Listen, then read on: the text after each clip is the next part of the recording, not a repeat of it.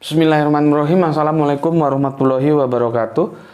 Kita lanjutkan lagi diskusi kita tentang kurban. Setelah yang pertama, kurban dalam perspektif polemik antara Yahudi, Nasrani yang menjadi Kristen dan Islam. Kemudian yang kedua, di seri kedua yaitu kemarin itu korban cinta yang teruji. Sekarang yang terakhir aku kasih judul mungkin agak sedikit aneh judulnya. Korban dan handphone. Ya. Jadi kurban dan handphone. Ini. Agak aneh ya. Ada apa dengan handphone? Aduh. Korban dan handphone. Sebentar, aku tulis lagi. Nih. Ya, judul kita kali ini adalah korban dan handphone. Pemikiran ini sebetulnya sudah lama, ada sekitar 4 atau 5 tahun yang lalu ya, atau katakanlah 4 tahun yang lalu, ketika handphone itu telah marak dan Android itu tidak menjadi sesuatu yang mewah. Kalau awalnya sejarahnya dulu kan handphone itu mewah, termasuk ketika masih handphone gede ya, gede dulu handphone tuh ya, itu mewah, hanya bos-bos yang punya. Kebetulan terus selanjutnya maksudnya perkembangan teknologi handphone menjadi kecil, itu tulalit itu juga bahan mewah ya. Kemudian tulalit berkembangnya teknologi, handphone berkembang lagi menjadi Android yang seperti sekarang kita tahu, yang disebut juga sebagai handphone pintar ya. Pada waktu itu aku sedang ada ke sebuah daerah di Sumatera sana ya. Itu padahal di daerah katakanlah bukan kota sih ya. Bahkan bisa disebut desa ya. Meskipun tidak semua ya. Ketika selepas sholat duhur itu, meskipun tidak semua, tapi sudah banyak anak-anak kecil itu bermain Android gini. Bermain Android. Ya. Bermain Android. Itu juga pada waktu itu juga pas hari raya kurban juga. Jadi sekitar sebelum dan sesudah Idul Adha lah. Aku pikir berapa harga Android itu? Ya. Mereka asik bermain, tentunya karena anak-anak ya, mungkin SMP atau apa gitu, main game lah. Dan berikutnya setelah aku pulang ke Tanah Jawa, kebetulan aku sering ke kampus itu ya. Coba kita lihat, di kampus itu, mahasiswa itu handphonenya sekarang sudah Android semua. Dan itu harganya sesuatu yang harganya itu ya sesuatu yang fantastis lah, tapi ya namanya fantastis relatif juga ya, karena zaman dulu dengan zamanku tentu tidak bisa sama. Zaman sekarang itu ternyata ada yang namanya di kotaku itu sebuah apartemen, itu anak-anak kuliah, anak-anaknya orang mampu sudah tidak tinggal lagi di rumah-rumah warga, tapi sudah kos di apartemen. Yang jelas bapaknya gajinya itu bukan gaji yang biasa. Sedangkan kalau yang kos-kos di perumahan-perumahan biasa itu sekarang sekitar 500-an. Artinya walaupun 500-an, kalau bapaknya UMR tentu tidak mampu. Begitu loh. Ya. Memang pertumbuhan ekonomi terus beranjak seperti itu. Kemudian kalau kita lihat, kita amati mahasiswa-mahasiswa itu, ya tentunya anaknya orang-orang mampu ya.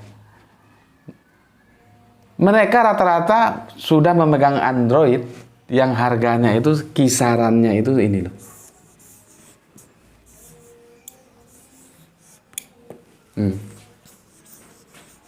3,5 jutaan. Sudah jarang sekarang. Tentunya juga mungkin tidak ada ya Android harga 1 juta gitu sekarang. Sekarang sudah main di atas 2 juta sekian lah, yang masih sederhana. Mungkin masih ada yang 2 juta itu dengan spek yang mungkin sederhana. Kalau di bawah 1 juta itu, kalau yang baru itu atau 1 juta sepertinya tidak ada.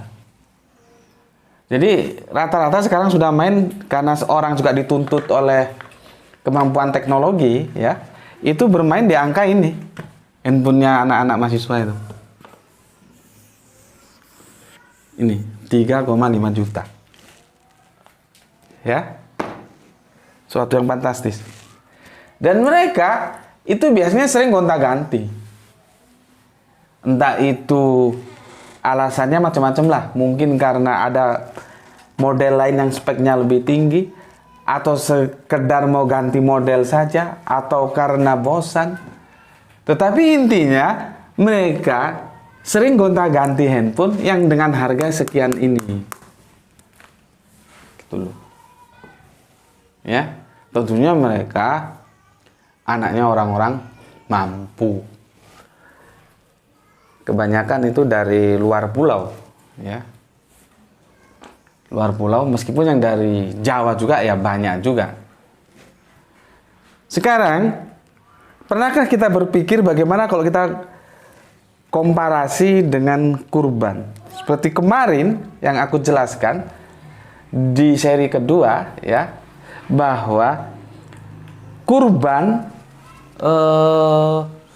seekor kambing itu rata-rata tuh dipatok dengan harga 3,5 juta. Ya. Nih, harganya 3,5 juta. Ini perenunganku yang cukup lama ini, ya. 3,5 juta.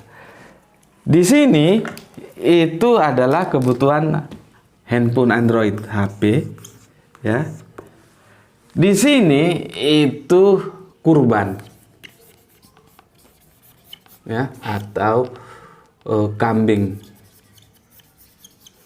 ya.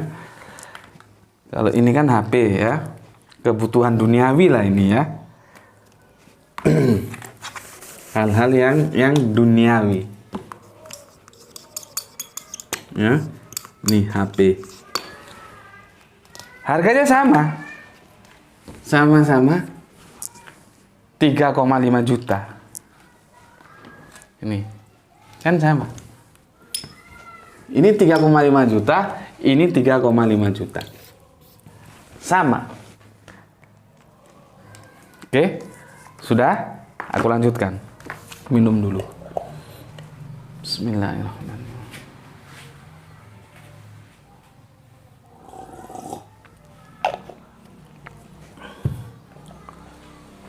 Sekarang lihat, dalam 1 tahun mereka sering gonta-ganti.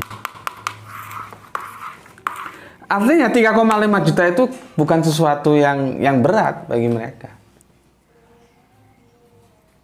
Ya, buktinya apa? Sering gonta-ganti kok. Apalagi sekarang teknologi pasar itu kan kita dipacu untuk menjadi konsumerisme, ya. Ada yang baru beli, ada yang baru beli, ada yang baru beli, ada yang baru beli, gitu. Karena dunia industri juga tidak bodoh. Dia terus membuat kita seperti orang dahaga terhadap teknologi. Dan ini gonta-ganti terus. Ya. Sekarang taruhlah nih dalam 1 tahun 2 kali. Padahal ya bisa lebih. Karena ini yang aku bicarakan masih mahasiswa ini. Yang anaknya orang-orang kaya. Belum orang kayanya sendiri. Ya, belum. Ini masih anaknya orang kaya. Belum orang kayanya sendiri. Sementara korban itu yang 3,5 juta. Itu setahun cuma sekali. Paham di sini? Oke. Ya. Sementara kita lihat apa hadis Kanjeng Nabi tentang korban. Aku jelaskan sama kamu. Nih. Ya. Bismillahirrahmanirrahim. Barang siapa yang mampu berkorban, ya, yang mampu berkorban, tetapi tidak menyelenggarakan ibadah kurban, ya, maka hendaklah mereka tidak mendatangi masjidku. Lihat, bagaimana beratnya ancaman ini. Nggak boleh datangi masjidku, katanya Kanjeng Nabi. Artinya kamu kalau sudah mampu berkorban, ya kamu berkorban. Kalau kamu tidak mampu berkorban, nggak usah datangi masjidku dah. Kalau kamu tidak mampu berkorban, yang tidak masalah. Tapi ketika kamu mampu berkorban dan kamu tidak mau berkorban, sudahlah, jauh, nggak usah datangi masjidku. Gitu. Buka lagi pintunya, mungkin supaya terang.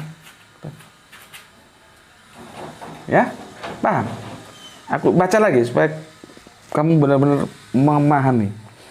Barang siapa yang mampu berkorban tetapi tidak menyelenggarakan ibadah kurban, maka hendaklah mereka tidak mendatangi masjidku. Ora usah teko kon. Ora usah teko, ora usah nang masjidku. Nggak usah ke masjidku, kira-kira begitulah. Ya. Sekarang masalahnya ketika seorang mahasiswa di mana orang tuanya mampu membelikan anaknya HP seharga 3,5 juta, ya, dan itu biasanya sering juga berganti-ganti. Pernahkah dalam pikiran orang tua itu atau pikiran si anak itu memberikan uang 3,5 juta untuk menyuruh anaknya, atau kesadaran itu datang dari anaknya sendiri membeli kambing dan berkorban? Coba, pernah nggak? Ini kan setara ini. Sudah aku konversi 3,5 juta, 3,5 juta. Artinya apa? Mampu kan? Kalau beli HP aja mampu, masa untuk berkorban tidak mampu? Dulu. Pernah nggak? Dalam kesendirian tuh kita berpikir. Inilah yang aku bilang tadi di season kedua. Cinta kita itu benar-benar diuji. Jadi kita nggak hanya ngomong aku mencintai Allah dan Rasulnya. Itu kan cangkemmu, omonganmu. Lah wong cangkem kok ngomong, semua orang bisa ngomong aku mencintai Allah dan Rasulnya. Tapi sanggupkah, mampukah, maukah engkau membuktikan apa yang kamu ucapkan bahwa engkau mencintai Allah dan Rasulnya? Masalahnya kan di sana. Nah, kalau dalam seperti ini aja kamu tidak mampu, terus kamu mengatakan engkau mencintai Allah dan Rasulnya. Ya, kalau orang Sumatera bilang itu seperti panggang jauh dari api. Kapan ikan matang? Kalau panggang jauh dari api. Ikannya itu kapan matangnya? Gitu loh. Ya. Coba, aku ingin kajian-kajian ini kalian sebar supaya orang-orang yang kaya-kaya itu, yang mampu-mampu itu, berikut anak-anaknya, ya. Siapa sajalah mereka yang mampu, cobalah berpikir merenung. Ya. Kalau hanya untuk handphone aja bisa, masa untuk korban tidak bisa? Dan seperti di sesi kedua, ini kita mendekat. Korban itu mendekat. Mendekat kepada Allah. Mendekat yang memberi kita hidup. Dan yang nanti akan mematikan kita. Coba kamu renungkan. Akankah kamu pertahankan yang 3,5 juta itu? Kamu merasa ringan untuk urusan duniawimu? Ini, untuk ini kan duniawi ini. Tapi engkau begitu berat untuk urusan akhir. Begitu pelit. Ya? Gimana? Kadang-kadang kalau jalan-jalan ke kampus itu ya, lihat teman mahasiswa gitu. Ya juga dosen-dosennya sih tentunya. Cuman kan aku ini ambil sampel mahasiswanya. Dosennya juga karyawan, juga itu bukan hanya di kampus, di tempat-tempat lain. Sekarang rata-rata sudah main handphone yang di atas 3,5 juta. Pernahkah terpikir, kalau kita bisa membeli handphone 3,5 juta, masa sih nggak bisa kita berkorban dengan yang sama-sama 3,5 juta? Ya, ini sebuah perenunganku yang aku bilang tadi cukup lama. Ya. Jadi begitu selesai sholat duhur, waktu aku di Sumatera itu, tiba-tiba di trotoar masjid itu sudah banyak anak-anak kecil main game dan itu Android semua. Gitu. Dari situlah ide pemikiranku timbul. Gitu. Nah kalau untuk beli HP aja bisa, masa sih nggak bisa untuk berkurban? Gitu. Oke? Aku membagikan apa yang aku renungkan kepada kalian dan keputusan itu tetap ada di kalian. Aku hanya menyampaikan, begini loh duduk permasalahannya. Sekarang, mumpung masih ada waktu, kan nanti tanggal 31 ya kurbannya. Mumpung masih ada waktu, ambil sikap. Setelah mendengar ini, dan tolong bagikan ini kepada semua, ya. Ambil sikap. Kamu akan mencintai dunia, ya, dengan mengalahkan cintamu kepada Allah dan Rasulnya, atau kamu mencintai Allah dan Rasulnya, mengalahkan seluruh cintamu terhadap dunia. Yang ini aku beri perwakilan lewat komparasi antara handphone dan kurban ini. Ya, paham sampai di sini? Ya paham lah, simple kok. Ya, kamu renungkan, kamu pikirkan, kamu ambil keputusan sebelum tanggal 31. Apabila engkau memang mampu, berangkat, beli korban. Karena dengan cara seperti itu, engkau akan lebih dekat kepada Allah, tentunya kepada Rasulnya juga, ya. Dan aku ucapkan selamat berkorban.